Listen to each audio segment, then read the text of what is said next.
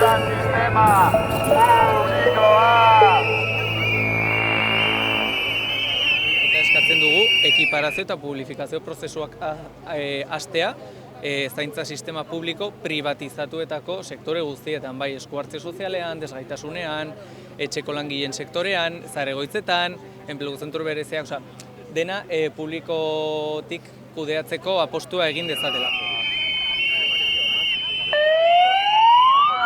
Privatizazioa, gure miseria! Eta jakin dugu ere, duela pare bat egun edo 3 egin zutela aurre akordio bat aurrekontuekin, ez dakigu hauen edukia zein den, baina aurre ikusten dugu fundazio publikoetako apostu politikorik ez dela egingo, suposatzen dugu ere hitzarmenak desblokeatzeko ez dutela ezer inolako aposturik egingo, eta bai, espero dugu, zahar-egoitzen lehenengo hitzarmen horren nolabaiteko apostu definitiboa gutxienez egin dezaten.